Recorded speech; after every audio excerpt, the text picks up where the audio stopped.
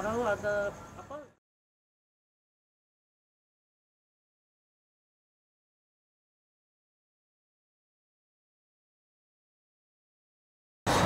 Okay, hai semuanya. Assalamualaikum warahmatullahi wabarakatuh. Bertemu lagi kita dalam podcast Borneo Komplat. Hari ini kita sangat gembira berjumpa dengan kawan kita daripada Jepun, Lisa. Halo kawan-kawan. Ya, terima kasih sudah menerima saya di base camp Borneo Komplat di Semporna. Ya, mantap. Jadi kami sangat gembira lah. Jadi ini Lisa. Dia asal daripada Jepun. Dia sekarang ni berada beberapa hari di Borneo Komplat lah. Jadi saya tidak mau cerita pasal dia. Macam mana dia tahu pasal Borneo Komplat, kenapa dia datang sini, kita boleh tanya dia sendiri. Pertama Lisa, mungkin Lisa boleh ceritakan pasal kau punya diri. Kau ada berapa orang adik-beradik, kau bekerja sebagai apa dan sebagainya. Okey. Ya, saya Lisa dari Tokyo, Jepun. Saya lahir dan belajar di Tokyo. Selain Tokyo, saya lebih tahu Malaysia, lebih ke Kuala Lumpur. Kuala Lumpur. Ya, saya cukup lama sering pergi ke Kuala Lumpur karena waktu saya university itu di Tokyo, tapi saya memilih jurusan major sosiologi. Dan waktu itu saya menarik history, sejarah dan sosiologi dan terkaitan Jepang dan Asia Tenggara, Southeast Asia. Dan waktu itu saya merasa sebelum saya waktu saya masih mahasiswa, saya cukup bingung bagaimana masa depan saya, apakah saya mau kerja di sebagai kayak kerja di office atau tidak mau, bagaimana. So saya sedikit kritik tentang budaya pekerja atau kayak working culture, dan saya pelan-pelan belajar tentang sebenarnya di banyak bisnis Jepang banyak factory di Malaysia atau Southeast Asia. So dan saya untuk study di university, saya mau penggaji untuk kondisi kayak syarikat Jepang di Malaysia. Terkhusus di kondisi pekerja perempuan. Ya, karena sebagai perempuan, saya pun sangat menarik kondisi atau hak-hak perempuan. Dan tapi tidak hanya Jepang, tapi bagaimana Jepang dengan Southeast Asia, Malaysia. Itu mulai saya menarik atau membelajar dari Malaysia. Menarik. Macam mana tahu pasal Borneo Komplat dan apa tujuan Lisa datang ke sini? Okey, karena saya sangat suka seni rakyat, people's art dan underground music, dan karena itu saya sudah cukup network atau selalu ada kawan-kawan kasih info itu bagus sekarang di Malaysia atau di musik atau seni. Dan pertama saya kenal punk rock Sulap dari Sabah, dan saya sangat tertarik karya mereka, dan karya mereka selalu bercerita reality di Sabah, termasuk lingkungan atau termasuk budaya, dan termasuk kayak isu-isu sosial. Dan tahun kemarin saya lihat karya baru punk rock Sulap, itu judulnya Pendidikan Tanpa Batas. ya itu memang apa kolaborasi karya berhasil kolaborasi sama Borneo Comrade ya dan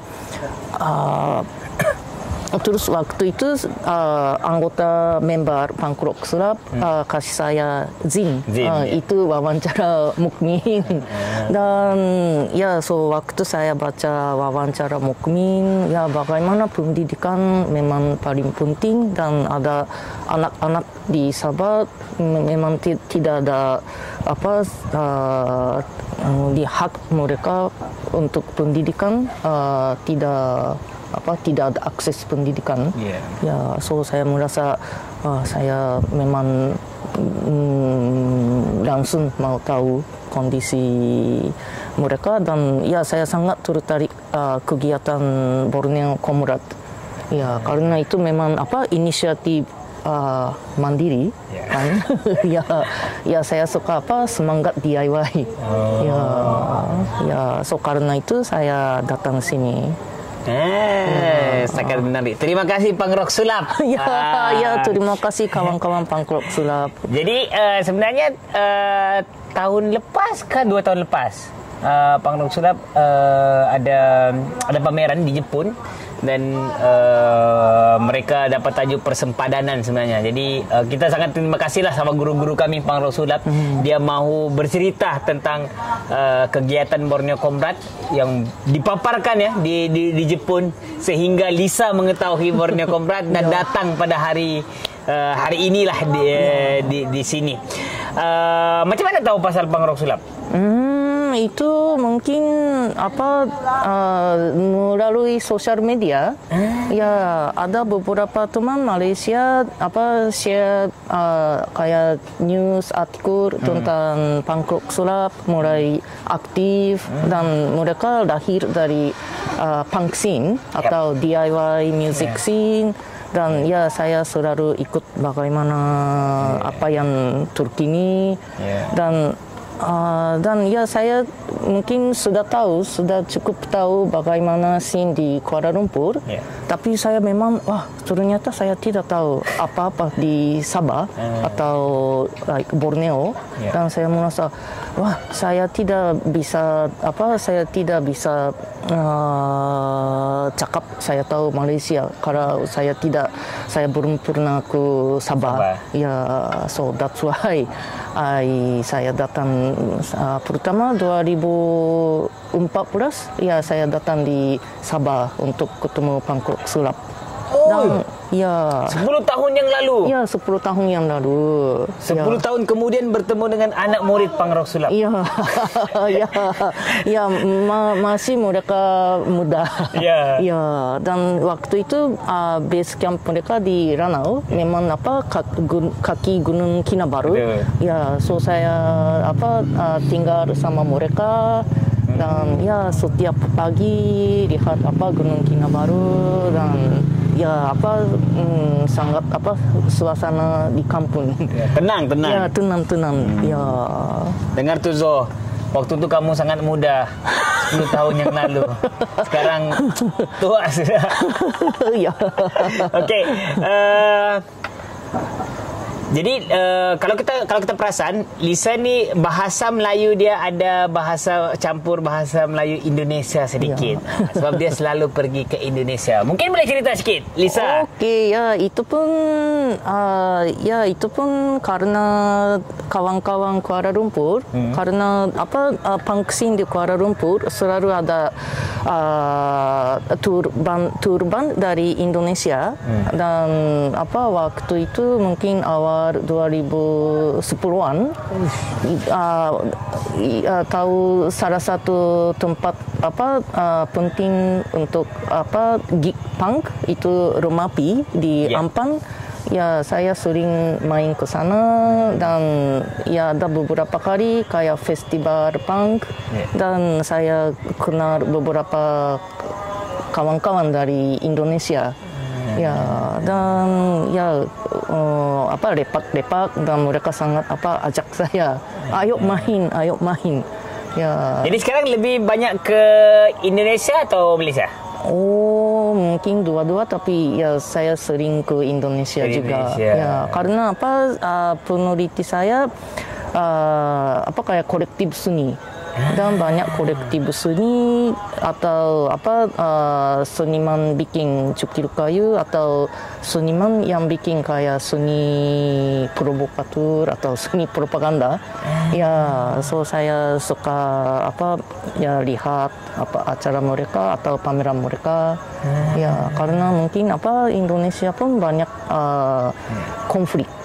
Ya, konflik agraria atau konflik penggusuran. Betul. Ya, so dan kalau ada apa gerakan atau konflik, menurut saya sudah ada seniman yang bantu gerakan atau bantu warga di Sudan berjuang untuk hak mereka. Ya. Dan apa untuk cara belajar bahasa Indonesia awalnya apa lihat poster mereka untuk apa berjuang atau lawan, ya, so dan lagu-lagu apa kayak akustik atau lagu-lagu perjuangan, ya, saya belajar bahasa Indonesia. Jadi mula belajar bahasa Indonesia dahulu baru Malaysia? Oh, kalau saya di Kuala Lumpur, saya sudah pakai bahasa Inggris. Ya, maaf. Dan orang Kuala Lumpur pun suka cakap bahasa Inggris kan? Iya, so saya malas belajar bahasa Melayu kalau saya di KL. Tapi kalau saya di Indonesia, saya harus pakai Indonesia. Ya. Dengar tuh orang KL, cakap Melayu lah. Jadi orang lain boleh belajar bahasa Melayu. Bukanlah kita mengagungkan Melayu. Cuma dia mau belajar bahasa Melayu. Banyak sebenarnya. Bukanlah kita mau cakap bahasa Kuala Lumpur kan? Ya. Banyak pelawat kami pergi sini, sama ada Jepun ke Eropah. Mereka selalu kata, oh, saya baru boleh berbahasa Melayu di sini. Oh ya. Kerana di Kuala Lumpur semua orang mahu cakap bahasa Inggeris. Ya. Berbeza dengan Indonesia ya. Ya. Indonesia mau tidak mahu, walaupun mereka pandai bahasa Inggeris, lebih banyak menggunakan bahasa Indonesia. Ya. Kalau yang saya dapat tahu, kamu pun ada kolektif kan di Jepun? Oh, ada tidak sampai punya, tapi ya teman-teman ikut apa ya bergabung kolektif. Ya. Ya. Kalau di Malaysia kan, di Indonesia kan kolektif cungkil kayu ataupun seniman-seniman yang kita cakap yang lebih radikal kan? Ya. Dia selalu bawa isu-isu. Sebab Malaysia Indonesia ini konfliknya pun hampir sama juga kan, penggusuran, lingkungan dan sebagainya kan, alam sekitar, pasal pendidikan, kemiskinan. Ya. Kalau di Jepun tuh bagaimana? Dia punya seni dia. Biasanya mereka apa message yang mereka coba sampaikan? Ya, saya mau cakap salah satu kolektif namanya A3BC. Okay. Ya, itu pun kolektif cukil kayu dan mulai mereka memang influence dari punk rock sulap dan ya mantap ya, dan ya mereka mulai aktif ya sekitar 2014 dan mereka pun sangat ikut gerakan sosial. Ya, salah satunya awalnya diperjuangkan terhadap di Jepang banyak fasilitas tentara Amerika Serikat kayak military base. Ya, dan ada beberapa tempat memang warga community menolak memperbesarkan fasilitas tentara Amerika. Ya, dan A3BC beberapa kali pergi ke sana meskipun itu cukup jauh dari Tokyo. Ya, tapi pergi ke sana dan ya bikin karya besar dan karya pun berguna untuk waktu protes. Ya, dan ada satu kali kayak ormas, kayak fasis, ya mereka tidak suka lihat kayak banner, so dan mereka dipotong. Ya, so tapi ya kita jahit lagi dan ya tetap pakai. Ya, dan ya baru-baru ini mereka bikin beberapa karya kayak solidaritas Palestina. Ya, Dan apa SDBC pun meski mereka aktif di Tokyo, base-nya Tokyo, tapi mereka suka kolaborasi sama kota kecil atau kota jauh daripada ibu kota Tokyo. Ya, mungkin itu pun beberapa influence dari punk rock Slap. Ya, punk rock Slap tetap kerja berkarya untuk Sabah, kan? Mantap bah memang punk rock Slap. Ada nggak satu lagu marginal yang pasal solidariti gempa tu? Gempa kah? Oh, Aramaiti? Aramaiti kah? Ada satu lagu lagi yang tunjukkan. Oh ya, untuk itu setelah Aceh, gempa Aceh. Gempa Aceh kah gempa Jepun kah yang pertama? Dia ada kolaborasi kan dengan band Jepun. Oh ya, mereka beberapa kolaborasi sama band Jepang. Ya. Menarik ya bila ada kolaborasi punk rock Slap, mungkin marginal dengan kawan-kawan di Jepun. Ya. Kamu pertama datang Malaysia tahun? Lama sekali. Sudah mungkin awal 2000-an. Awal 2000-an? Ya. Waktu itu masih buat penelitian lah? Iya. Awalnya memang penelitian? Ya. Hui. Okey, mungkin kita... kamu ada PhD dalam sosiologi? Oh, tidak sampai PhD. Ya, master.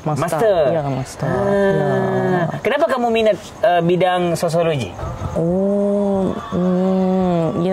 Karena saya sangat tertarik atau saya sangat mau tahu bagaimana masyarakat seperti ini. Ya. Okey. Tadi bila kamu cakap pasal menarik juga ya sebenarnya, selain seni dan muzik. Lisa tadi dia cakap dia ada buat kajian pasal kondisi keadaan buruh perempuan di syarikat-syarikat Jepun. Syarikat Jepun di Malaysia ni sangat banyak kan? Sangat banyak sebab waktu tahun bila 90-an ke 2000-an tu kita ada satu wawasan kan ataupun ada konsep pandang ke timur. Ketika kita look east. Waktu jadi Mahathir waktu Mahathir kan. Jadi di situ yang sebenarnya pelabur-pelabur Jepun pun mula banyak masuk kan, sebab kita banyak guna teknologi Jepun kan. Jadi macam mana kamu melihat keadaan kondisi perempuan di syarikat-syarikat Jepun? Kalau boleh diceritakan. Iya, wah itu sangat what is a good word? Ya, itu sangat kontradiktif. Ya, satu sisi ya itu pun bagus karena perempuan bisa kerja dan bisa dapat gaji, dan itu pun kayak secara perempuan menuju merdeka. Ya, itu satu sisi. Ya, tapi sisi yang lain itu pun memang pabrik Jepang atau the business Jepang like outsourcing dari Jepang ke Malaysia, dan mungkin sekarang Malaysia ke mungkin Myanmar atau Bangladesh. Selalu bisnis mencari di paling murah untuk pakai buruh. Ya, so itu pun memang ekonomis kapitalisme semacam itu. Ya, so itu pun sangat kontradiktif. Dan ada berusaha untuk syarikat buruh labor union ya pun sangat repres ya, penindasan ya, untuk organisasi pun susah kan. Ya, betul. Ya, so saya lihat di kondisi sangat sulit. Ya, tapi sudah ada perjuangan. Ya. Kalau kamu adakah sebelum kamu pergi sebelum kamu lihat Borneo Comrade ataupun punk rock Slap punya karya, kamu sudah tahu memang pasal isu stateless? Iya. Macam mana? Apa yang kamu tahu sebelum ini? Sebelumnya Awalnya saya tahu apa isu-isu bermigran atau isu refugees in Semenanjung. Ya kayak apa refugee dari Myanmar atau ya like Afghanistan. Ya dan ya kalau saya mulai mengkaji seperti itu masalah Semenanjung. Tapi kalau di Sabah ada isu stateless. Ya dan itu pun cukup lama kan, mungkin mulai 70-an. Betul. Ya waktu ada di masalah di selatan Filipina. Ya dan itu memang sudah lama tapi belum bisa tidak ada solusi. Betul. Ya tapi ya ada orang sudah tinggal di sini sudah dua generasi ketiga tapi tidak ada solusi dan ya tidak ada hak untuk pendidikan. Ya. Okey, menarik. Jadi Lisa ni dia memang dia bidang utamanya adalah sosiologi lah. Dia buat penelitian itu dan menjadi pensyarah sebenarnya. Pensyarah di universiti apa? Ya, universiti saya kerja 2 universiti. Salah satunya Tokyo University Foreign Studies. Ya dan yang lain Tsuru University. Itu di Tokyo dua-dua? Ya, yang pertama di Tokyo, yang kedua dekat Gunung Fuji. Oh. Ya, tapi itu pun cukup dekat dari Tokyo. Fuji tu apa? Fujiyama? Ya, Gunung Fuji. Macam mana lagunya tu? Kan kudaki Gunung Fuji ya. Fuji ya. Oh, ada lagu. Kau tahu lagu tu? Oh, saya lagu tu sangat punk. Oh ya, sangat punk. Nanti kita kasih dengar kamu satu kalau lagu gunung saya tahu Gunung Kinabalu. Sayang Kinabalu. Ada lagu Fujiyama. Kita memang semangat solidariti kita dengan Jepun ni dari dulu lagi.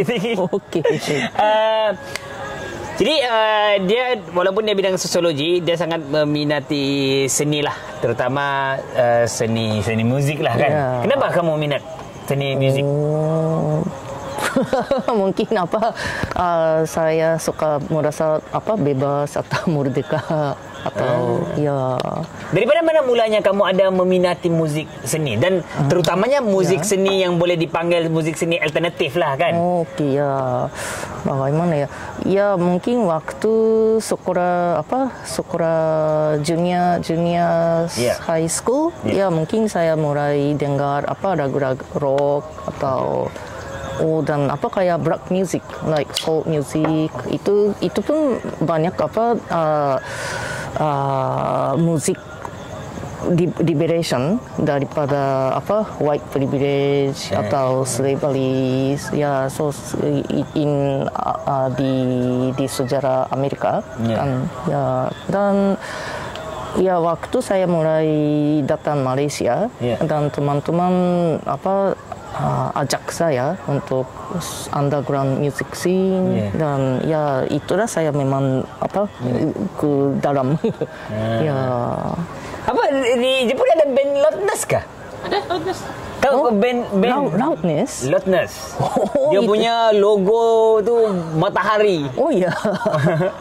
Jadi kalau dulu kan awal-awal di sini kan macam scene rock kapak. Rock kapak. Rock kapak apa? Heavy rock kah? Oh ya heavy metal music. Bukan metal kan? Rock lah. Rock kan? Ya. Jadi Loudness lah dulu di mana-mana semua orang pakai baju Loudness, band Loudness daripada Jepun. Gondrong. Betul. Ya mungkin mereka sedikit mirip Melayu rock. Ya betul. Kayak suasana menangis. Apa? Heavy metal. Oh ya heavy metal. Okey, Lisa. Ya. Terus saja. Adakah awal-awal kamu datang ke Malaysia, orang Malaysia pernah lah sepanjang kamu datang Malaysia pernah orang Malaysia menganggap kamu, oh ni orang Jepun penjajah? Oh ya. Saya pun waktu mulai university, ya saya sangat kritik terhadap sejarah Jepun karena di sekolah kerajaan ya kurikulum itu pun tidak terlalu mengajar tentang zaman perang atau zaman penjajahan. Ya, dan ya selalu Jepang pun selalu ada debate tentang buku sejarah pakai di sekolah. Ya, ada yang sejarawan lebih radikal dan ada yang lebih posisi ke kanan. Ya, so selalu ada debate dan di kerajaan selalu mau sejarah Jepang tidak ada yang jahat atau tidak ada yang negatif. Ya, so saya karena itu saya mau belajar bagaimana hubungan Jepang dan Asia Tenggara. Ya, di zaman dulu ada sejarah penjajahan, tapi sekarang kayak penjajahan secara ekonomis. Ya, itu yang saya mau tahu. Dan awal saya datang Malaysia itu zaman sebelum online taksi. So ya, waktu saya pakai taksi, so driver kadang-kadang bercerita. Dan ada satu kali driver lewat kayak kuburan Cina. Dan dia bilang di sini banyak kayak korban zaman penjajahan Jepang. Ya, dan ya saya cukup tahu, dan ya saya pun ya posisi saya ya kita harus belajar dari sejarah.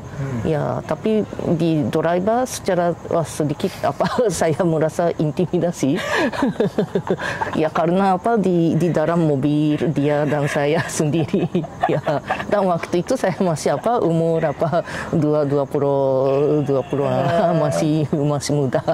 Ya. Ya, tapi selain peneliti saya, ya saya beberapa kali kunjungi kayak monumen korban penjajahan di waktu Perang Dunia Kedua. Ya saya suka dokumentasi monumen juga. Ya, di Sabah pun ada beberapa monumen kan? Ada. Ya, di KK salah satu kayak kebun. Betul. Dan saya pergi ke Sandakan untuk lihat kuburan Jepang, termasuk ada kuburan Cina. Itu pun ada monumen. Ya. Kamu pernah pergi Tawau?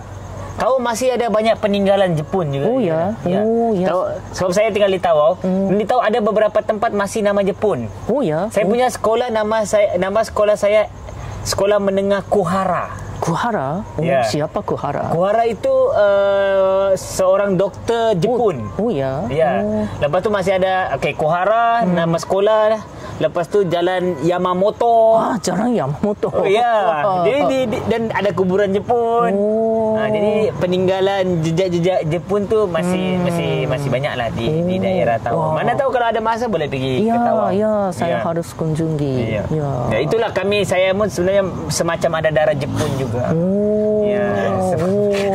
Benar. Ya, tapi di mana-mana di Indonesia pun orang bilang, ini gua Jepun. Zaman dulu tentara Jepang di sana. Dan kalau pasti ada cerita hantu-hantu. Dan termasuk di sini ya. Di sini. Lisa.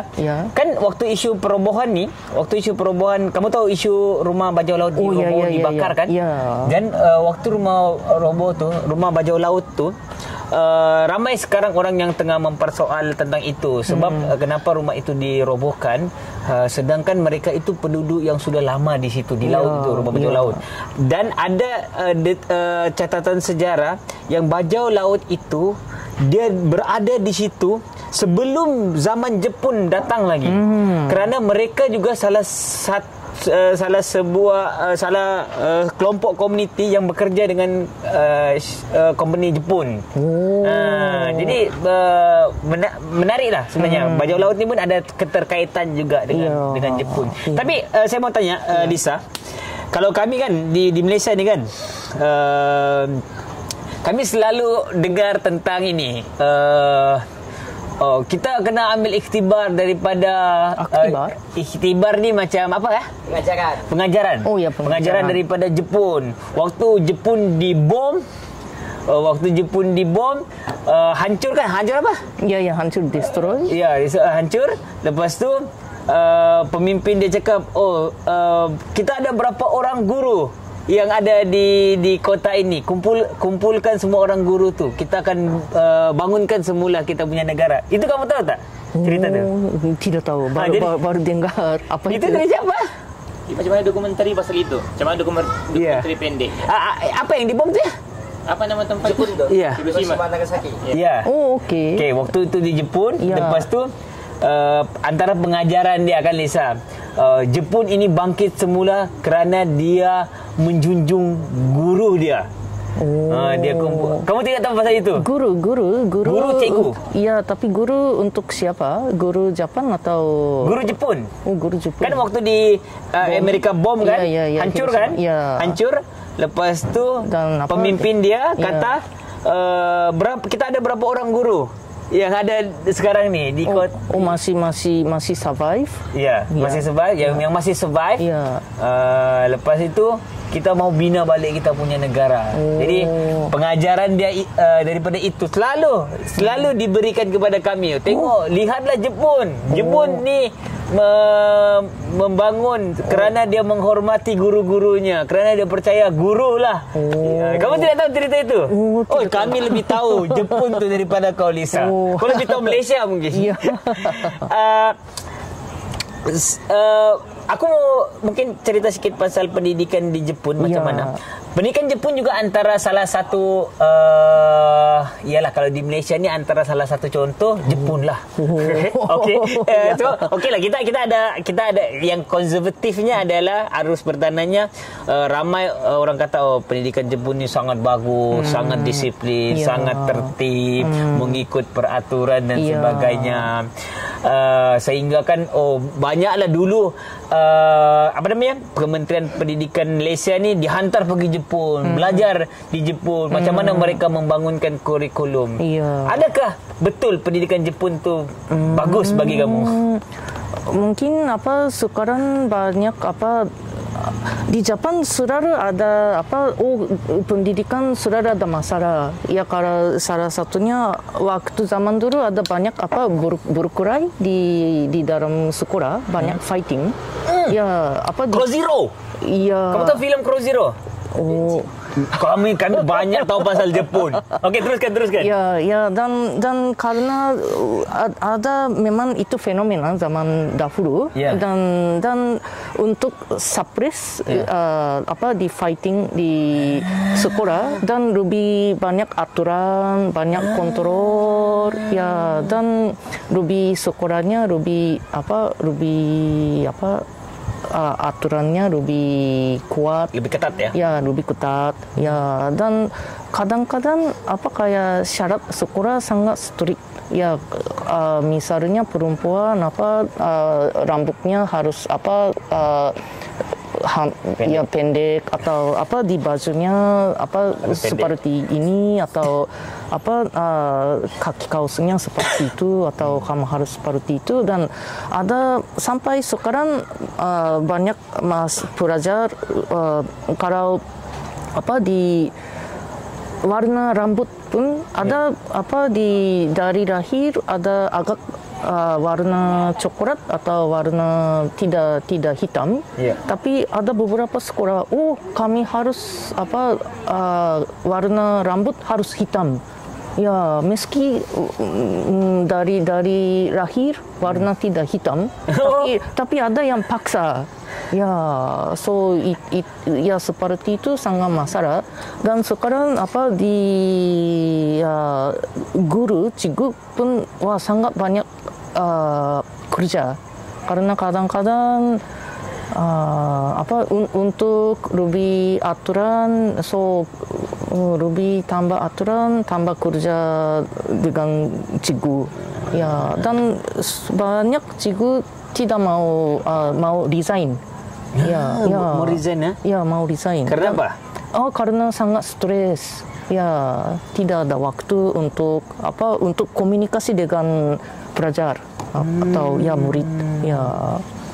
Ya, itu pun salah satu masalah sangat besar. Sangat strict ya. Ya, strict. Ya. Menarik Lisa. Sebenarnya kan kami selalu waktu zaman kami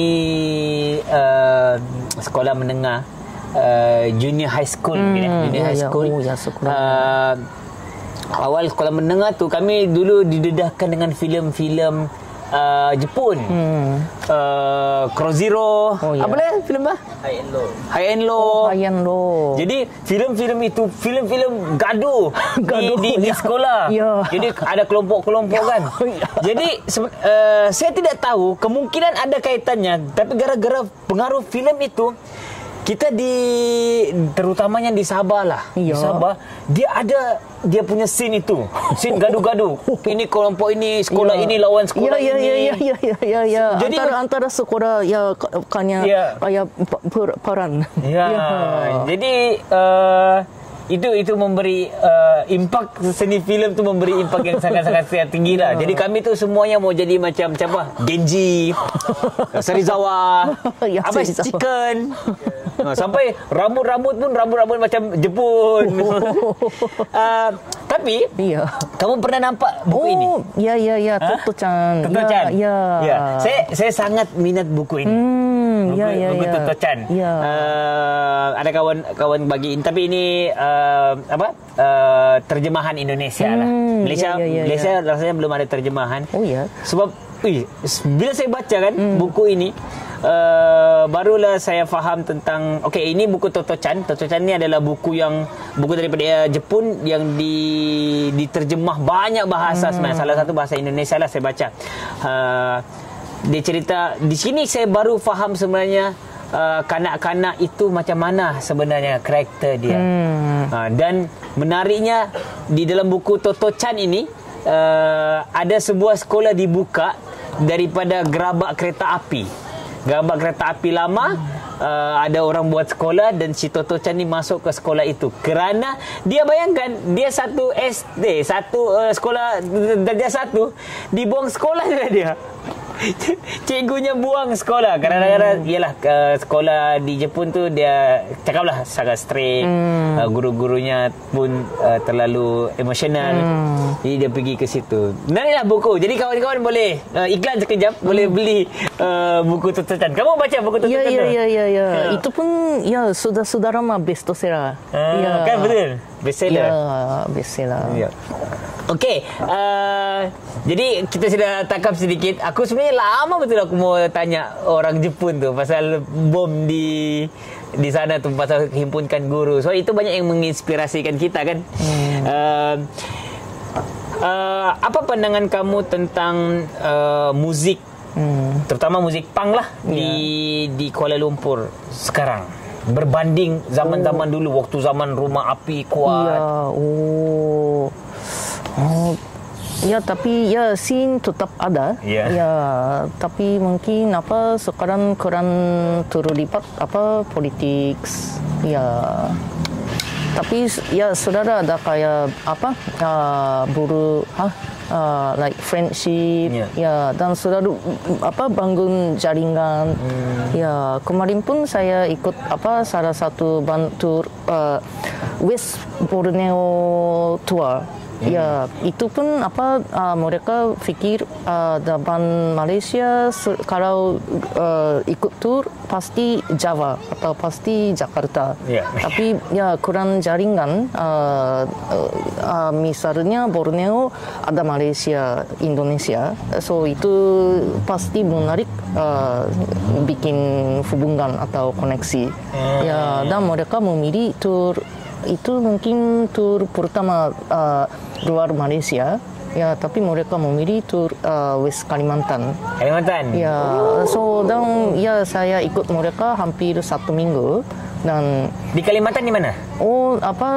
Awal Kuching dan lewat Entikon.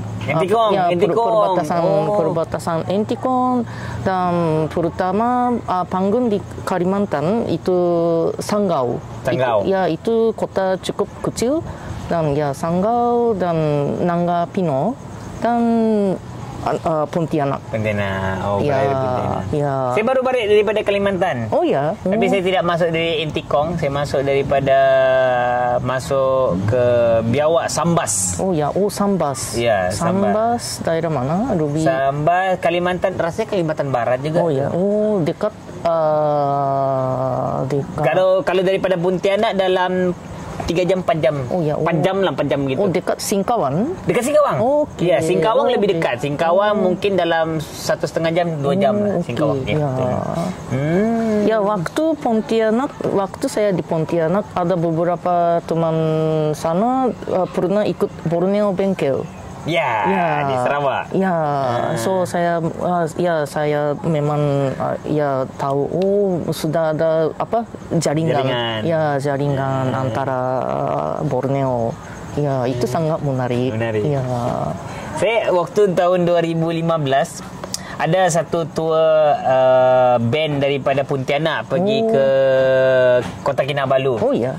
Nama band tu apa? Las. Waktu tu ada diskusi juga dengan orang 2000, rasanya 2016 lah, 15 atau 16 lah. Waktu itu dia cakap benda yang sama juga. Bila kita cakap pasal Malaysia, kita cakap pasal Indonesia, kita akan cakap pasal Jakarta dan Kuala Lumpur. Kita tidak bercakap tentang Borneo. Sedangkan kita sendiri pun ada band, kita pun sendiri ada budaya, kita ada seni kita sendiri. Di situlah sebenarnya antara sebab saya berimajinasi, kenapa mesti kita pergi Kuala Lumpur? Kenapa bukanlah salah pergi Kuala Lumpur, tapi kenapa kita tidak berusaha untuk bawa orang juga pergi ke tempat kita, melihat tempat kita, budaya kita. Di situlah antara sebab-sebabnya kami mula membawa konsep-konsep Borneo Komra, kawan-kawan Borneo. Itu mulai. Borneo Komra. Betul. Tapi tadi saya lupa tanya, macam mana kamu mengenali muzik-muzik alternatif, muzik-muzik punk? So muzik-muzik begini kan dia kan ideologi kan. Dia bukan sekadar bercerita tentang estetika, indahnya lagu percintaan, tapi dia bercerita tentang working class kan, kelas pekerja, bercerita tentang penindasan. Macam mana kamu boleh ada perasaan? Iya, mungkin dua-duanya. Ya, kalau belajar ideologi atau belajar tentang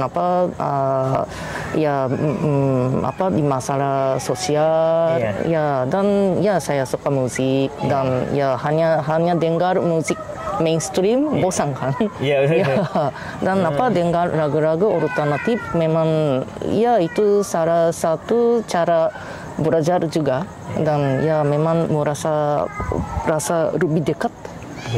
Lebih dekat rasa rakyat atau rasa realitas. Siapa yang memperkenalkan kamu?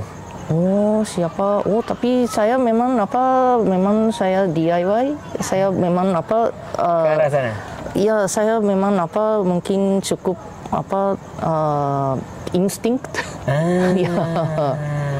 Tidak ada adik-beradik kah? Ataupun keluarga kah? Tidak. Ya, keluarga saya memang middle class, kelas menengah biasa, dan saya sendiri sedikit aneh atau terlalu radikal. Macam mana kamu boleh tertarik dengan ideologi yang ke arah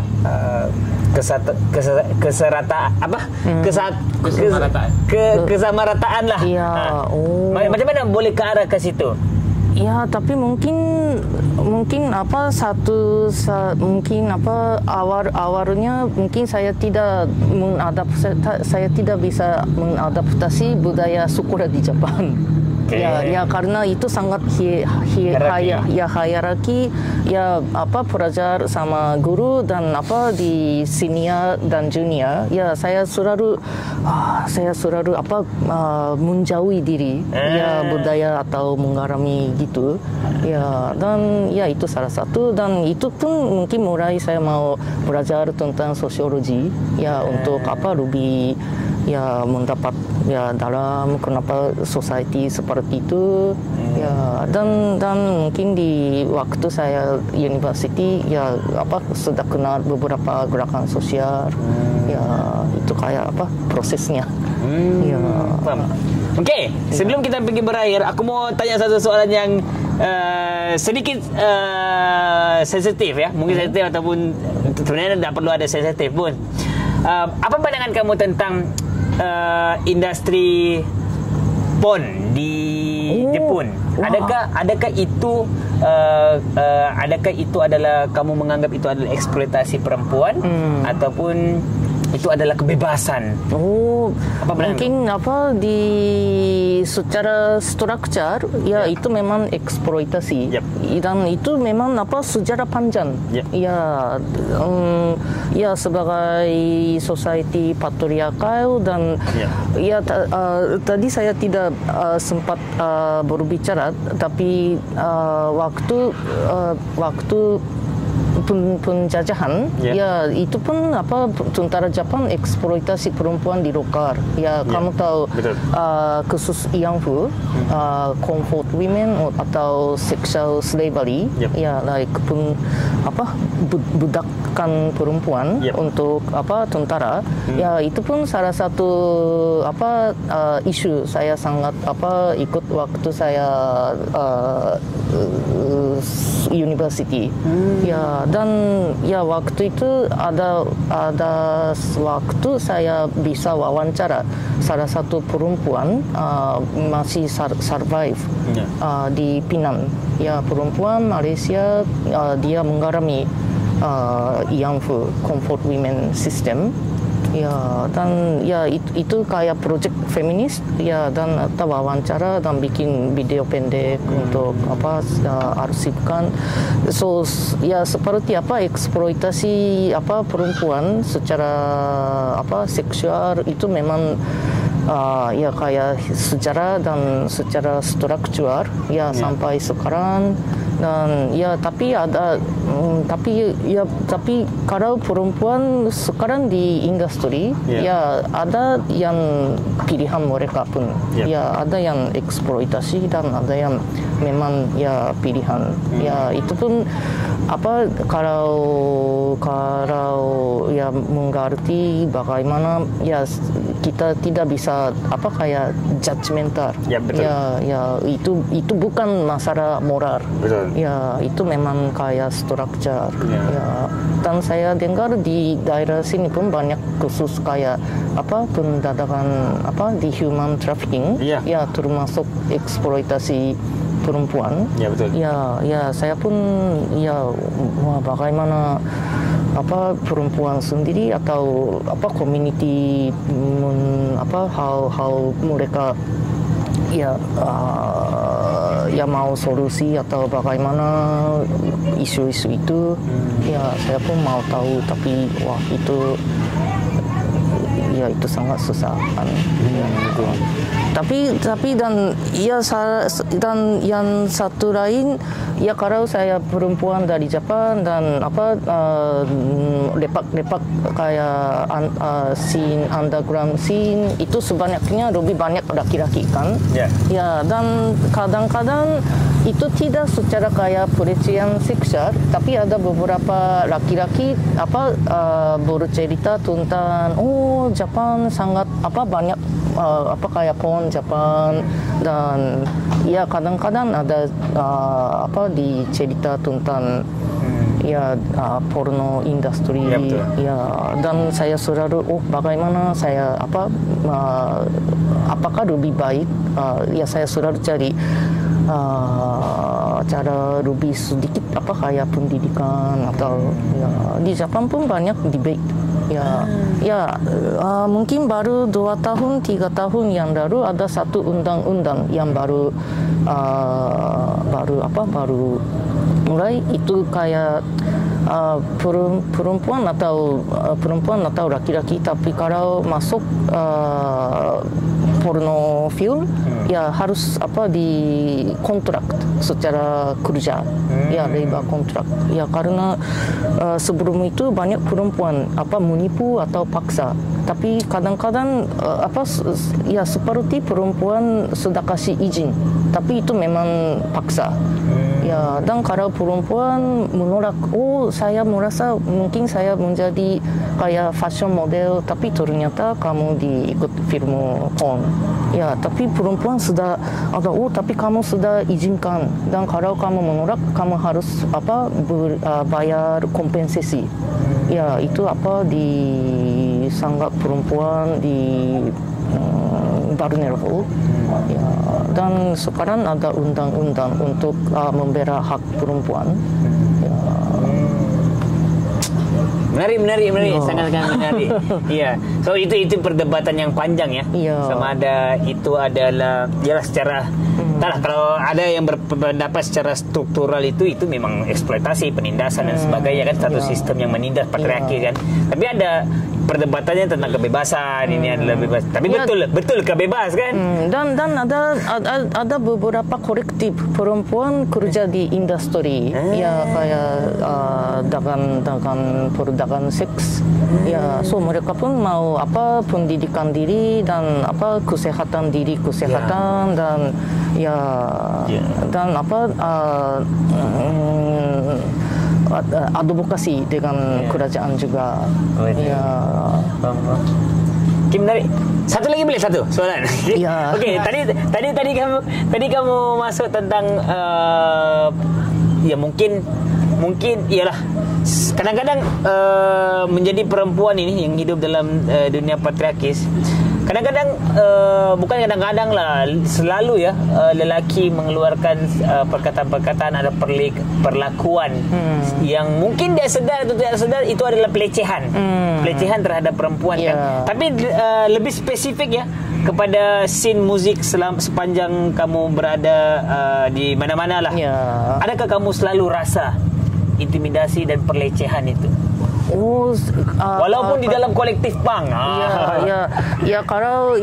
Kalau perempuan sendiri saya selalu tahu itu sebanyaknya laki-laki, tapi saya selalu memilih kolektif lebih ada perempuan yang saya bisa bisa berteman. Dan kadang-kadang mungkin itu hanya slogan, tapi semakin lebih banyak kolektif. Memang jelas secara jelas no seksisme atau no homofobia atau no racism. So di orang yang buka kolektif mereka lebih sadar. Itu kami harus bikin ruang untuk terbuka untuk semua. Selamat ruang, untuk ruang untuk semua merasa aman. So saya merasa saya selalu memilih ikut komunitas atau kolektif seperti itu. Dan kalau kolektif seperti itu, kalau ada masalah, tapi masih bisa mulai diskusi atau bisa bertanya. Ini terjadi, tapi di slogannya seperti no seksisme, no homofobia. So bagaimana kita bisa memperbaikan? Menarik. Ini sangat-sangat penting ya sebenarnya, terutama dalam kolektif apa-apa muzik lah ataupun di mana-mana lah sebenarnya.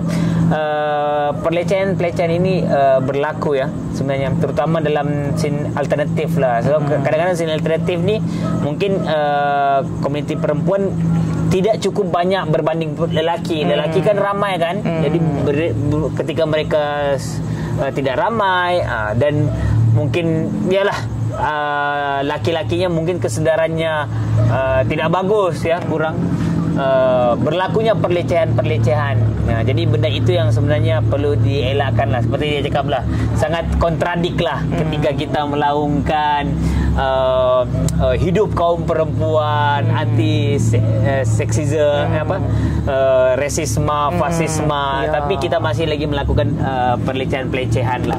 Okey, Lisa, kita sudah sampai ke penghujung. Ya.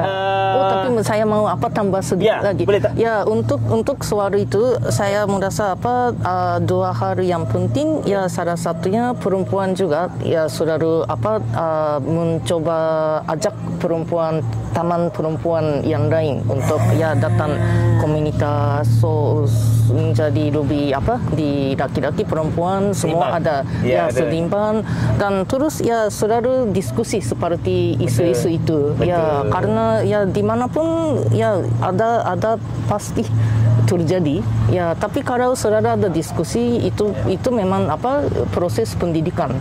Ya, tidak nunggu sampai hal-hal yang terjadi. Tapi kalau sudah ada diskusi dan itu proses pendidikan. Ya, itu pun kayak prevensi. Ya, so itu saya mau sampaikan. Betul.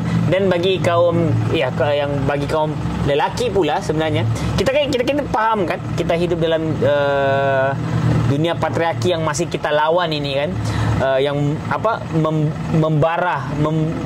bernanah daripada zaman berzaman ini. Jadi laki-laki pun harus lebih jangan lebih bijaksana lah. Kalau kita pun sebenarnya walaupun kita tahu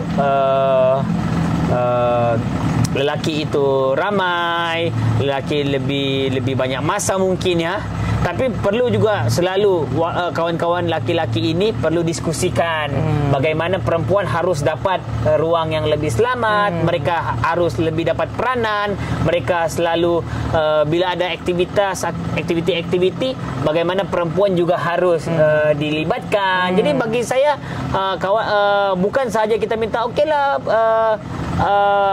perempuan buatlah apa yang kamu mau, bukan sekadar itu. Kadang-kadang sebab ini satu proses pendidikan kan, lelaki ada yang tidak sedar, perempuan pun masih ada yang belum ada kesedaran lagi. Jadi sama-sama sebenarnya saling kita memberi ruang dan peluang itu supaya kita boleh wujudkan kesamarataan itu. Lisa, selepas ini pergi ke mana? Apa perancangan kamu selepas Rabu kamu pulang? Ya, Rabu lepas pulang. tu mau pergi mana? Dan apa harapan kamu? Yang terakhir, bagilah kata-kata semangat sedikit untuk Borneo Comrade. Ya. Nanti beberapa hari saya pergi ke KL dan selepas itu ke Indonesia dulu. Ya, tapi saya mau waktu untuk menulis atau untuk refleksi untuk pengalaman sangat banyak dan sangat sangat penting.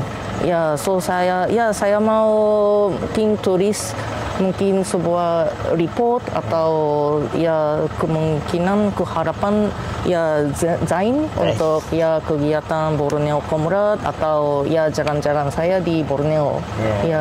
Dan saya mau ternyata di KL ada teman kawan Jepang nunggu saya untuk mau dengar apa ada di Borneo Comrade dan Punk Rock Club dan Light Up Borneo juga.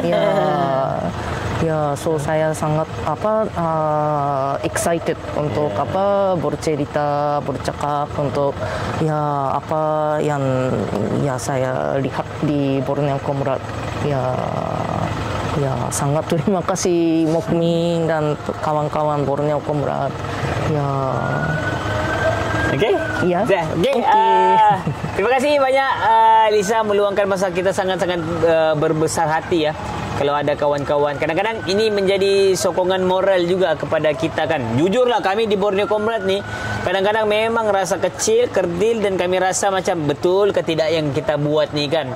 Jadi bila kawan-kawan datang ya daripada, sebenarnya kalau di Borneo Comrade, siapa yang pernah di Borneo tahulah sebenarnya hampir setiap minggu tu ada orang akan datang di sini. Jadi kita sangat gembira untuk menerima sebenarnya kawan-kawan daripada Sabah, Semenanjung, kawan-kawan daripada luar negara. Kita menganggap kita semua saudara lah, dan kedatangan kawan-kawan itu pasti memberi satu sokongan moral, kekuatan dengan kita. Yang kita buat ni juga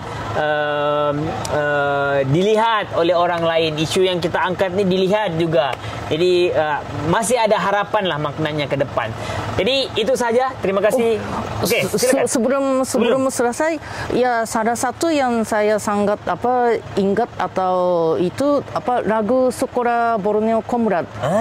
Ya waktu saya mampir kunjungi sekolah Teluk Layan di Kota Kinabalu, ya saya dengar pelajar menyanyi lagu sekolah, dan kalimat yang saya dapat itu kayak sekolah di atas laut tapi impian di gunung. Ya setinggi gunung. Ya, so itu sangat terharu, dan dan tadi Mukmin bilang kita merasa kecil tapi impian sangat tinggi. Ya terima kasih.